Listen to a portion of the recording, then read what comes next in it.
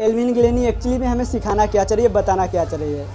Point number 1 लिखा है हमने, बिलीव इन योर सेल्फ, खुद पर विश्वास करो। जैसा कि हमने चैप्टर में पढ़ा, Elvin was a deaf girl, कैसी बहरी लड़की थी ना, बट अगर उसने बिलीव नहीं किया होता खुद पे तो क्या इतनी बड़ी म्यूजिशियन बन पाती?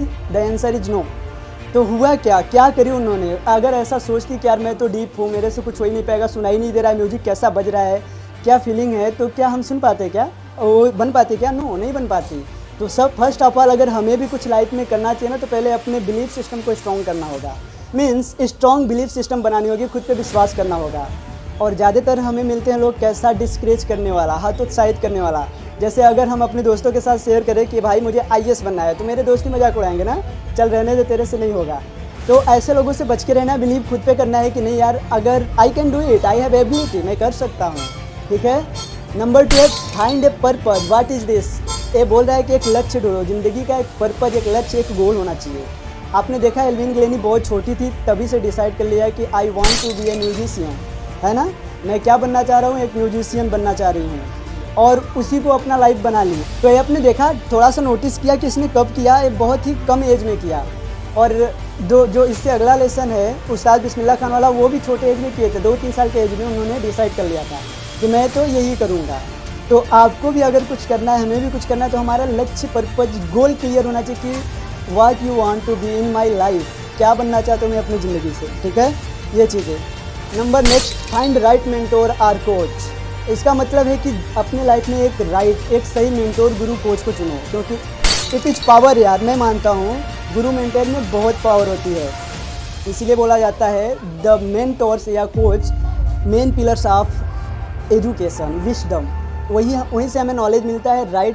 देखो आप कभी भी टीचरों को, तो वो क्या करेंगे आपको, काफ़ी लोग ऐसे भी होते हैं जो डिस्करेज कर रहे हैं, जैसे कि यहाँ पे एल्विन ग्लेनी को किया गया है कि नहीं। काफ़ी टीचर थे, बोल रहे थे उनके मम्मी पापा से कि इसे डीप कॉलेज में ले जाओ, डीप बच्चों के साथ पढ़ाओ, ये हमसे नहीं समझ रही। बट एक लोग मिले, आर फॉर्बन्स करके कुछ हैं, जो उसके पोटेंशियल को समझा कि यार इसके पास वो एबिलिटी है, सी हैज़ एबिलिटी।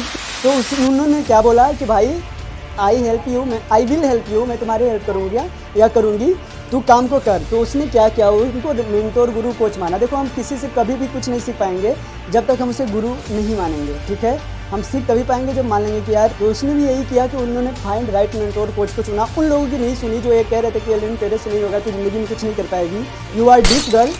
अगर उनकी बात मान ली होती तो सच में आज एल्विन ग्लेनी को हम लोग नहीं जानते, उसके बारे में बात नहीं होता। बट उसने उस टीचर की बात मानी जो बोले कि you have ability, you can do it anythings. उनकी बात मानी और करी। मतलब उन्होंने क्या किया, राइट मेंटोर, गुरु, कोच किया। और मेरा मानना है कि ज़िंदगी में मेंटोर, गुरु, कोच मिल गया ना, तो हमारे लाइफ के डायरेक्शन को ही चेंज कर सकते हैं। सो ये बहुत ही इंपॉर्टेंट है। और ये हमारे इनर सर्कल में भी आता है, हमारा फ्रेंड सर्कल भी अगर अच्छे लोगों के साथ रहा ना, तो वो भी गेम चेंज कर सकते हैं। नंबर नेक्स्ट है 4, change the way you work. अपने काम करने के तरीक़ों को बदलो। आपने देखा एल्विन ग्लेनी जब पहली बार वो म्यूज़िक बजाना चालू की, तो ऐसे ही बजा रही थी ना, वैसे ही फील कर रही थी। तो उसके जो टीचर थे वो क्या बोले कि भाई तू म्यूजिक बजा रही सही है, लेकिन ट्राई करो इसे कानों से मत सुनो, किसी और तरीके से सुनो। हुआ था बात ऐसा ना। तो उसने फिर फील करना चालू करते हैं, उनके पैरों से सुनाई देने लगता है, उंगलियों के पोरों से समझ आने लगता है, मतलब सारी चीज़ों को फील कर रही होती है। तो उसने क्या किया, तरीक़ों को बदला। यही है, change the way you work. जो आप काम करते हो उस काम के तरीक़े को बदलो। फॉर एग्जाम्पल, आप पढ़ाई करते जा रहे हो, कोई रिजल्ट नहीं मिल रही है आपको, शायद आपका तरीका सही ना हो, शायद आप ध्यान से नहीं पढ़ रहे हो, इसलिए आपको आ नहीं रहा है कि नहीं। पढ़ाई में जो हमें सबसे बड़ी चीज़ वो होता है फोकस। सबसे बड़ी चैलेंज, हम फोकस ही नहीं रह पाते हैं। 10-20 मिनट बढ़िया से पढ़ा, फिर हमारा माइंड कहीं क्रिकेट खेलने जाएगा, तो कहीं क्या करने जाएगा, कहीं किसी को फ़ोन करने, तो कहीं शॉर्ट वीडियो देखने, इस पे जाता है ना। तो हमारा फोकस किस पे होना चाहिए, अपने काम के तरीक़ों को बदलने को। अगर रिजल्ट नहीं मिल रहा है तो मीन्स कुछ तो गलती हम कर रहे हैं। हमें अपने काम करने के तरीक़ों को बदलना है, ना कि लक्ष्य को। अगर हमने डिसाइड किया कि इस चीज़ को, इस टॉपिक को हमें याद करना है या फिर इसको करके जाने हैं, और वो आपसे हो नहीं रहा है, याद करने का कई बार प्रयास करो बट हो नहीं रहा है, इट मीन्स आप कुछ तो गलती कर रहे हो। नेक्स्ट है एंड लास्ट है, do work hard for your goals. जो भी आपने लाइफ में लक्ष्य बनाया हुआ है ना, उसके लिए हार्ड वर्क करना बहुत ज़रूरी है। सक्सेस का कोई शॉर्टकट नहीं होता।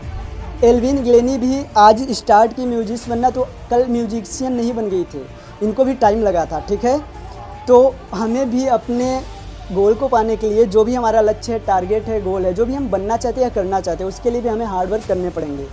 कोई शॉर्टकट तरीका नहीं होता है सक्सेस का। ठीक है, कोई भी आप गोल चूज करो उसमें डिफ़िकल्टी चैलेंज आएगी। एल्विन ग्लेनी को भी आया था भाई। एज ए डीफ गर्ल बहुत ही बड़ा म्यूजिक, सोचो हम समझ ही नहीं पा रहे हैं कि यार म्यूजिक बज कैसा रहा है, उसका धुन कैसा है, साउंड कैसा है, फिर भी उसको प्ले करना कितना कठिन बात है ना। तो डिफ़िकल्टीज हर एक के लाइफ में आती है। आप कोई सा भी लक्ष्य बनाओगे, हाँ लक्ष्य आपका बड़ा होना चाहिए, बिग गोल होना चाहिए। स्टार्ट स्मॉल करो, मतलब शुरुआत छोटी सी करो, लक्ष्य बड़ा रखो, ठीक है ऐसा। तो ये थे 5 life lesson. I have many things to teach you something really empowering, but 5 आपके लिए काफ़ी है। इतने पे काम करो तो you can definitely change your life. तब के लिए बाय दोस्तों, साइनिंग ऑफ द डे।